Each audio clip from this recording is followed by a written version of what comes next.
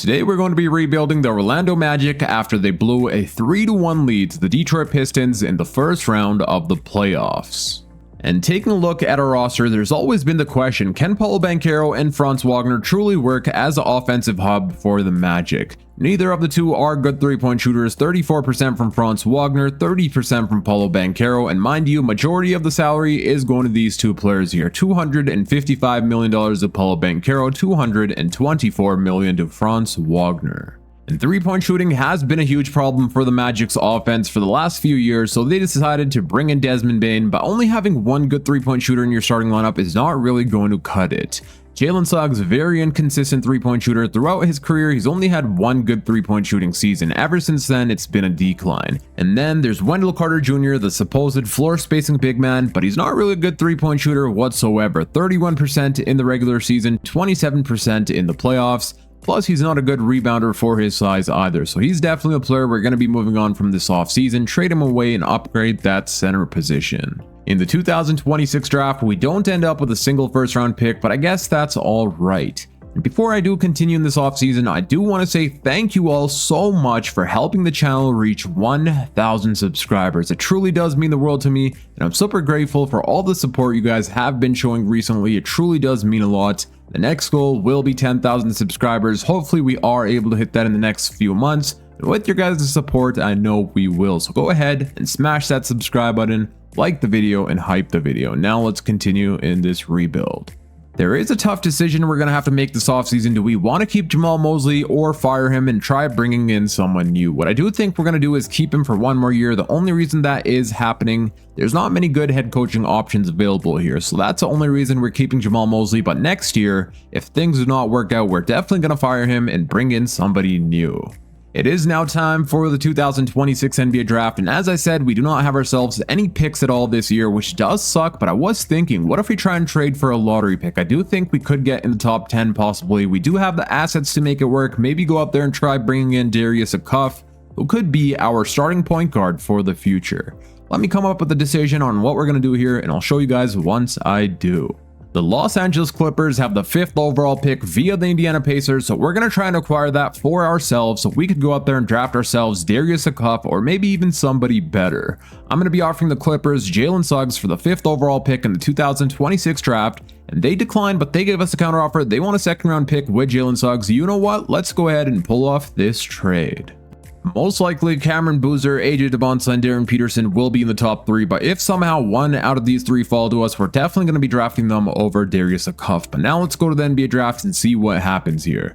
The Washington Wizards have the 1st overall pick, and they go ahead and trade it to the Golden State Warriors. Whoa, for Stephen Curry and Al Horford. This is insane. There's no way the Warriors would trade away Stephen Curry, let alone for a 1st round pick. For 2 1st round picks, the 1st overall pick. Let's see who the Warriors take. They take Cameron Boozer. Our Atlanta Hawks have the 2nd overall pick. They take Darren Peterson. The Utah Jazz with 3rd overall pick take AJ DeBonsa, which was kind of expected. And now the Brooklyn Nets have the 4th overall pick. Let's see who they go ahead and draft. And they take Adamadir Mara. I don't know how to pronounce his name, but now we're on the clock. We do have 24 trade offers, but of course, we're not going to be trading this away. Whoa. Jaren Jackson Jr. would be pretty impressive, but honestly, I do want to go out there and draft ourselves a rookie. I was doing a little deep dive here into the rookies. Keaton Wagler in SN rank and 2K rank is listed above Darius Acuff. He is a shooting guard, but he is a good playmaker as well. But then I seen this here. His athleticism rating is an F, so I'm definitely not going to be drafting him with our pick. We're going to go back to the original plan and go ahead and draft Darius Acuff with a 5th overall pick. Darius Acuff Jr. is already a 79 overall, which means he could help us win in the 1st season of this video, which is amazing. Team player options, of course, we are going to pick up the team option for Anthony Black, Tristan Da Silva, and Jet Howard. Is there anyone we need to re-sign here? It looks like we don't have to re-sign anybody in free agency at all, other than Mo Wagner, who we're not really going to try and bring back here anyways. Do we have any money to play with? We do have about $5.8 million we could use in free agency. We are able to sign ourselves a Tim Hardaway Jr., Duncan Robinson, or Malik Beasley, and our team could definitely use some 3-point shooting, so I'm going to go ahead and offer Tim Hardaway Jr. a 2-year contract, paying him $4 million annually. Let's go ahead and take a look for the backup power forwards. I will also offer Kenrich Williams a 1-year minimum, We also do need ourselves possibly a backup center, maybe somebody like Robert Williams III. I'm going to go ahead and offer him a 2-year deal, $4 million annually. It looks like we will be signing all 3 players, Robert Williams on a 2-year deal, 1 year for Kenrich, and a 2-year for Tim Hardaway Jr. And never mind, we were not able to sign ourselves Tim Hardaway Jr. It said we did not have enough money, but we do sign Robert Williams III and Kenrich Williams. Maybe I should have tried and signed a backup center after we got Tim Hardaway Jr., but sadly now we're not going to be able to do so. So I'm going to go ahead and offer Malik Beasley here a 2-year contract. He only wants minimum, which he will most likely be accepting, and we get Malik Beasley on a 2-year, $5 million contract. It is now time to trade away Wendell Carter Jr., and I like this trade here a lot with the Phoenix Suns, where we bring in a young Kaman Maluach who ends up progressing a ton in 2K Simulation, could be our brand new starting center for the foreseeable future, and we also get Royce O'Neal, who's a good 3-and-D player, providing us with 3-point shooting off of the bench unit. So we're going to be sending the Phoenix Suns Wendell Carter Jr. and Kenrich Williams for Kaman Maluach and Royce O'Neal. And y'all know we're not just finished with that one trade, we're also going to be targeting Onyeka Okongwu, a floor spacing big man who was shooting 37% from the 3-point line. He could be the starting center, provide our starting lineup with some 3-point shooting, so we're going to offer the Hawks Jet Howard and Robert Williams III for Onyeka Okongwu, and they do decline. What if we throw in a 1st-round pick, and just like that, we land ourselves Okongwu. We are here at the start of this season with our brand new rotation, and in our starting lineup we currently have Anthony Black, Desmond Bane, Franz Wagner, Paulo Banchero, and Onyeka Okongwu.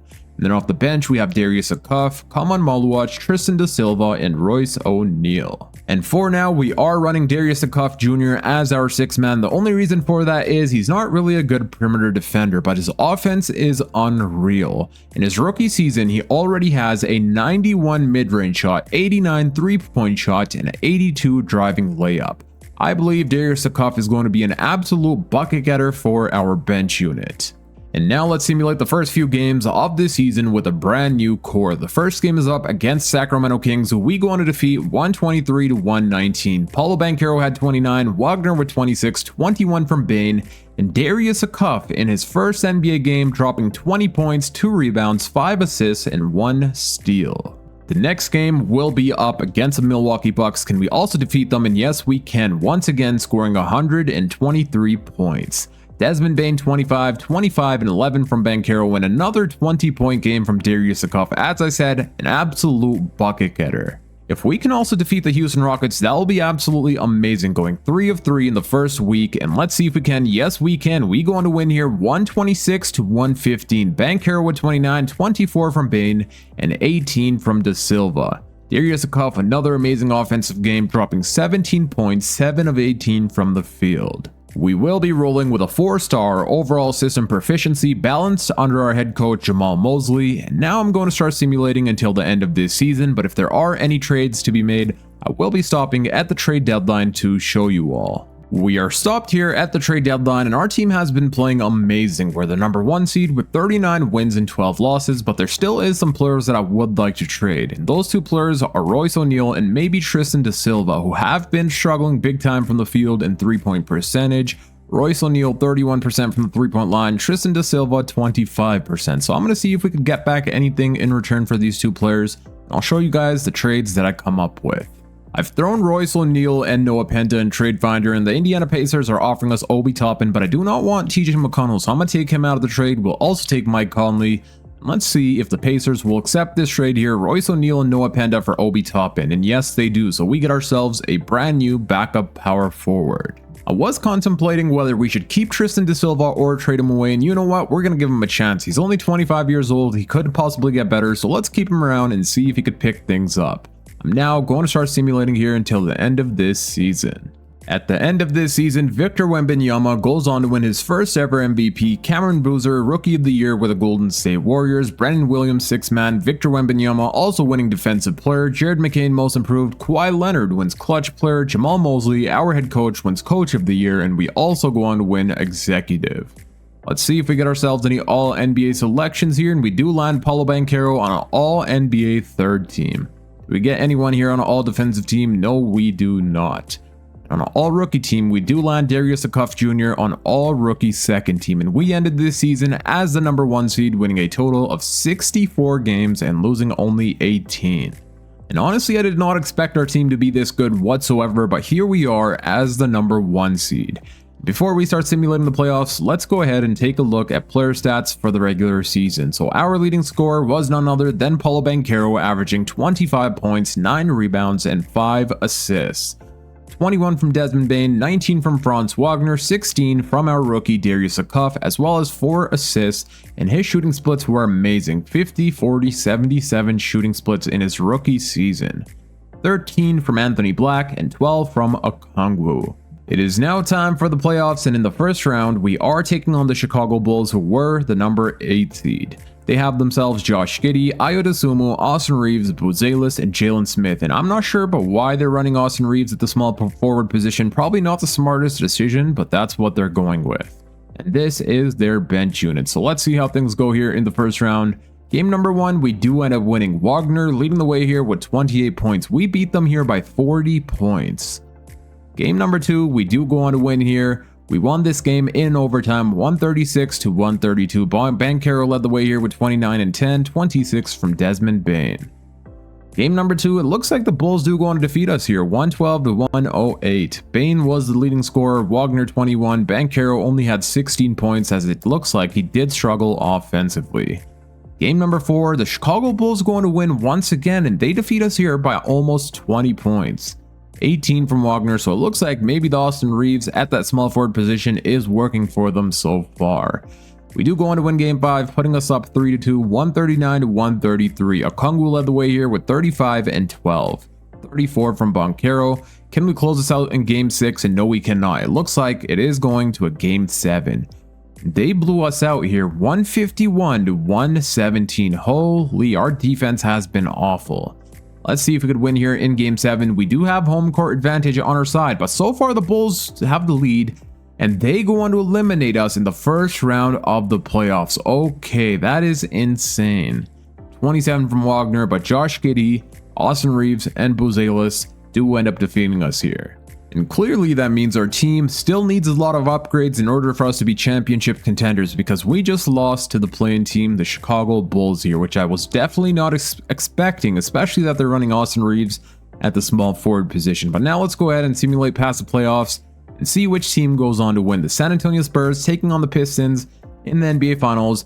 It looks like the Spurs duo go on to win here in game 7 with Victor Wembanyama winning Finals MVP. And honestly, that really does suck. In back-to-back years, we go on to get eliminated in the first round of the playoffs. But don't you guys worry, I will be pulling off major trades this offseason, upgrading this roster to make us championship contenders. Here are the player stats in case you guys were wondering for the playoffs, where we played a total of 7 games. And now it is time for us to fire Jamal Mosley. We gave him one more chance, and it was another first round exit. So let's go ahead and fire him here and see who we're going to be bringing in. We do have options like Joe Mazzulla, Jason Kidd. We do have ourselves a lot of options. Let me go ahead and offer a bunch of coaches contracts, and I'll show you guys which one accepts. It looks like Joe Mazzulla is going to be our brand new head coach. If there's anyone here to take us to championship, it's definitely him. We've seen what he did with the Boston Celtics ever since he's become their head coach, so hopefully he could do the same here with our young core. We do end up with a 30th overall pick in the 2027 NBA draft, so let's see which player we're going to be drafting. I'm probably just going to draft the highest overall player available. The Memphis Grizzlies have the first overall pick, and they take Tyrone Stokes. The Utah Jazz with the second overall pick take Brennan McCoy. Let's see who the Wizards take here with the third pick, and they take Cameron Williams. And now let's go to our pick and see which player we could select here. So it looks like Abraham Maker is the highest overall player. He is basically a 7-foot big man, 6'11". I'm going to go ahead and draft him here with the 30th overall pick. And now for team player options, I am going to pick up the team option for Tristan Da Silva, Kaman Malwatch, and Jace Richardson. Qualifying offers, we do need to re-sign Anthony Black this offseason. Let's go ahead and see how much money he wants. Looks like he wants about $31 million. That is a lot of money for a player averaging only 13 points per game with 5 assists while shooting 33% from the three-point line. I've thought long and hard about what we're going to do here with Anthony Black, and we are going to re-sign him, but not to keep on our team. We're going to sign and then trade him away to a different team. He wants way too much money for what he's been doing. We're going to offer him a 5-year deal, team option on that 5th year, And then we're going to be trading him away this offseason, and he will be accepting the deal on a 4-year, $131 million contract with a team option on that 5th year. And after throwing Anthony Black in Trade Finder, there's not many good trade offers if I'm being real here, but the trade that I do like most is this trade here with the Indiana Pacers, where we bring in Andrew Nembhard. This past season, he was playing absolutely amazing, averaging 15 points per game with 4 assists on 50, 40, 83 shooting splits. He's definitely a player that could be that perfect starting point guard, and we also end up saving about $8 million and get ourselves a 1st round pick. So let's go ahead and pull off this trade here with the Indiana Pacers. I was thinking about trading away Desmond Bane, but there's not any good trade offers here that I really like. If we're trading him away, we're going to need a good starting shooting guard back in return, but no teams are really offering that. So we are going to keep Desmond Bane for now and see how things go. And if we need to trade him, we'll trade him by the trade deadline. Alright, so here we are at the start of this season with a new and upgraded rotation.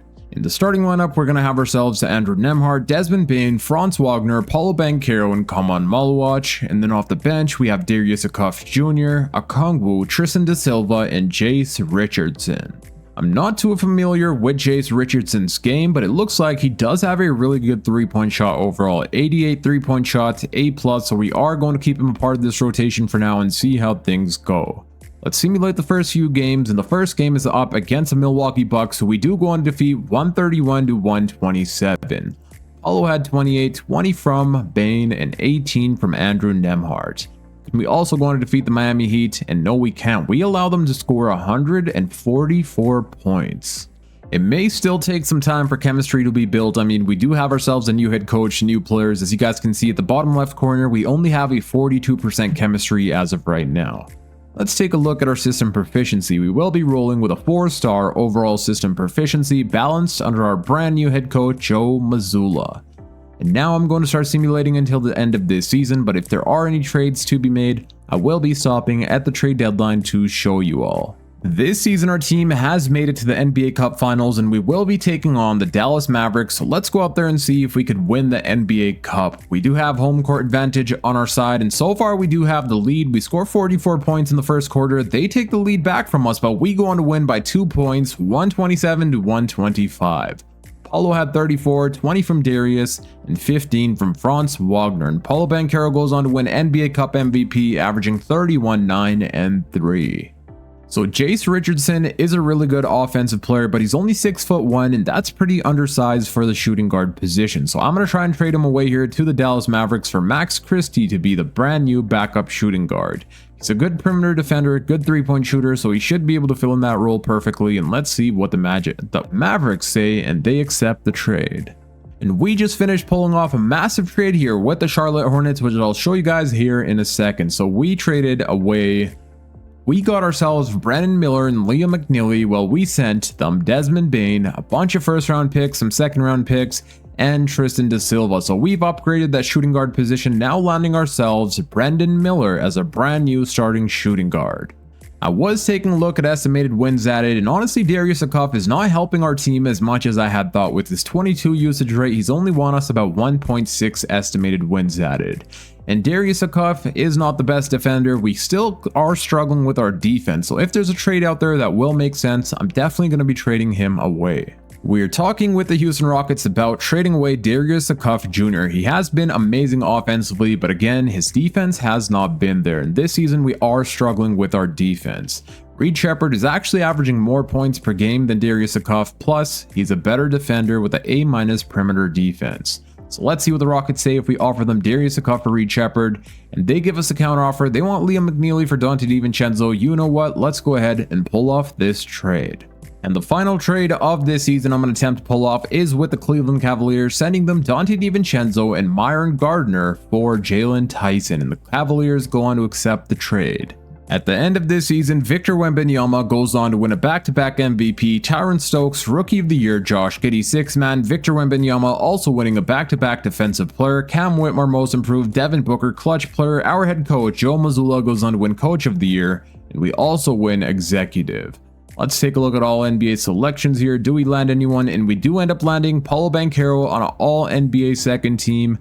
Do we get anybody here on an all defensive team? And it looks like no. So just one award here, which is all right because we ended this season as the #1 seed with 61 wins and 21 losses. And after the trade deadline moves, our team has been doing a lot better. Before we were starting to struggle a little bit, but ever since then we've barely lost any games, and here are the player stats for the regular season.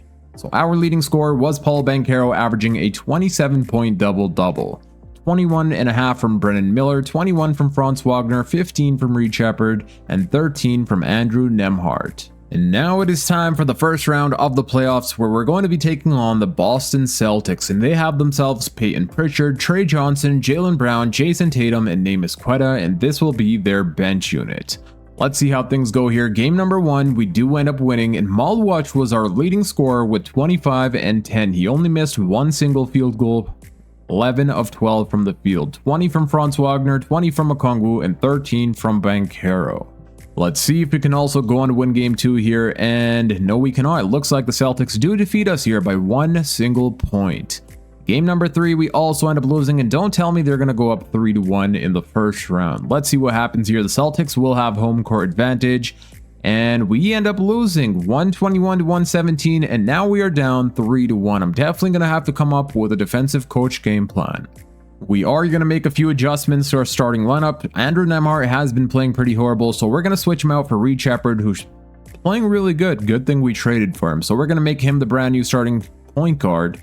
And Okongwu has been struggling as well, so we're going to push him to the bench unit for Khaman Maluach. And now we'll see if this makes a difference, but I still do need to come up with a defensive coach game plan.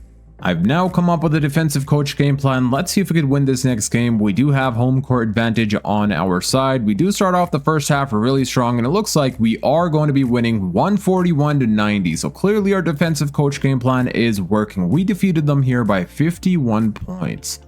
Wagner with 40, 30 from Banchero, and 18 from Reed Shepherd. We do still need to win one more game to top this series. Can we do so? Let's see here. The Celtics do have home court advantage on their side. And so far, we do have the lead here. Can we start to run away with it? It looks like in the fourth quarter, we're up here by about 9 points. And unless we blow this lead, it looks like we are going to be winning 130-116. Paul Banchero with 39 and 15, 18 from Nembhard, and 15 from Brendan Miller. And now it is finally time for Game 7, win or go home situation. We have to win this game, and thankfully we do have home court advantage on our side. And then first quarter, we start pretty strong. It looks like we are going to be winning this game 153-135. Let's go. Banchero with nearly 60 points, 10 rebounds, 9 assists, and 3 steals. Bro really shot 25 free throws. Let's go. At least that helped us win this game. 27 from Reed Shepherd and 21 from Franz Wagner. And that was honestly pretty close. It was looking like we are going to end up falling short there to the Celtics, but thankfully we do end up coming back. And now in the second round, we are taking on the Indiana Pacers, who have themselves Tyrese Haliburton, Anthony Black, Jarris Walker, Pascal Siakam, and Robert Williams III. They also have Zubac as their sixth man, so let's see how things go here. Game number 1, we do end up losing 141-134. Perhaps this time I should come up with a defensive coach game plan beforehand. I do want someone, our best defender, on Tyrese Haliburton. I'm not sure what happened to Okongwu here in the playoffs, but bro is playing awful, and the same for Brendan Miller. He's shooting 28% from the three-point line, 35% from the field, but hopefully he could start to pick it up here. Tyson has been shooting the ball well, and so has Christie. So let's see if we could win game 2 against the Indiana Pacers, and yes, we can. 130-119, Banchero with 26 and 13, 23 from Shepherd, and 19 from Wagner. And I did forget that Andrew Nembhard is going up against his former team, the Indiana Pacers. He's going to be guarding Tyrese Haliburton for the remainder of this series. Game number 3, we do also end up going on to win. Nembhard with 21, 21 from Miller, and 17 from Tyson. And okay, let's go. We made Tyrese Haliburton foul out in 13 minutes, holding him to only 4 points. Can we also win the next game? And yes, we can. Franz Wagner leading the way here with 31, 23 from Miller, and 18 from Reed Shepherd. Can we, gentlemen, sweep the Pacers? We end up eliminating them in Game 5. Wagner leading the way here with 23, 23 from Banchero, and 18 from Miller. And we held the Indiana Pacers here to 88 points, so our defense was elite. And now we have made it to the Eastern Conference Finals, where we're taking on the Atlanta Hawks. They have themselves Darren Peterson, RJ Barrett, Zachary Riche, Jalen Johnson, and Jalen Williams. as well as an 88 overall Dyson Daniels and Nickeil Alexander-Walker coming off of their bench unit. Really stacked team. Let's see what happens here. Game number 1, we do win. 32-13 from Banchero, 30 from Wagner, 25 from Miller. Miller has finally started to play well again. Hopefully we're also able to win game 2. We do go on to win game 2 here, 111-108. Banchero with 23 and 21 from Wagner. And in the Western Conference Finals, we have Victor Wembanyama and the San Antonio Spurs taking on Cooper Flagg and the Dallas Mavericks. Can we go up 3-0? Yes, we can. Okay, so we end up winning this game here, 144-115. Wagner 27, 25 from Banchero, and 25 from Reed Shepherd. And we do not go on to sweep the Atlanta Hawks, but we do end up eliminating them in Game 5, 147-111. 35 from Wagner, 31 and 10 from Banchero, and 24 from Miller. And just like that, we have made it all the way to the NBA Finals. We're either going to have to take on the Spurs or the Mavericks, and it will be Victor Wembanyama and the San Antonio Spurs. Wemby winning Western Conference Finals MVP, Paolo Banchero Eastern Conference Finals MVP. This is definitely going to be a tough series where the 1-seeded Eastern Conference team taking on the 1-seeded Western Conference team, two of the best teams in the NBA Finals. So let's see how things go here. Game number 1, we do go on to win. Let's go, 121-117. Banchero with a 37-point double-double. Game number 2 does end up going to Victor Wembanyama on the Spurs. They defeat us here 125-113. 26 from Miller, 21 from Wagner. Can we at least go on to win game 3? And yes, we can. We win game 3 here 129-117. Banchero with 31, 30 from Franz Wagner.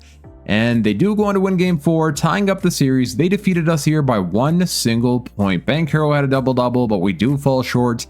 And what I'm going to do now is come up with the defensive coach game plan, and then we'll advance to game 5. I have now come up with the defensive coach game plan. The series is tied at 2-2 apiece. Let's jump into Simcast here and see what happens. We do have home court advantage for game 5, and so far the Spurs do have the lead. We take it right back from them. It looks like we're going to win 134-105. Franz Wagner leading the way here with 31, 25 from Miller, and 18 from Banchero, and that puts us up 3-2. And now we need to win this game to close out this series, or it will be going to a game 7. The Spurs do have home court advantage. Let's see what happens. And so far we do have the lead, and it looks like we are eliminating the San Antonio Spurs, winning here 113-100. Andrew Nembhard was the leading scorer with 24, 20 from Miller, and a 19-point triple-double from Paolo Banchero. That was an amazing game here, and just like that, we go on to win the Orlando Magic a championship with Paolo Banchero winning Finals MVP, averaging 26, 9, and 5 on 50, 40, 76 shooting splits. And that was a pretty tough series, but thankfully we come out victorious. And now let's take a look at the player stats before I end out this video. So we played a total of 23 games here in the playoffs, and the leading scorer was none other than Paolo Banchero, averaging 26.5 with 10 rebounds and 5 assists. 22.5 from Franz Wagner, 17 from Miller, and 13 from Andrew Nembhard. In the NBA Finals, where we played a total of 6 games, the leading scorer once again was Paolo Banchero, averaging 26, 9, and 5, 23 from Wagner, 17 from Brendan Miller, and 15 from Andrew Nembhard. And now that is going to be it for today. I hope you all enjoyed. If you did, please make sure you hit that thumbs up button, subscribe if you're new for more NBA 2K26 videos, and don't forget to hype the video. All 3 buttons do help out the channel and video a ton, and click here on the screen to watch my latest upload. Until next time, it's your boy Dragon, and I'm out. Peace.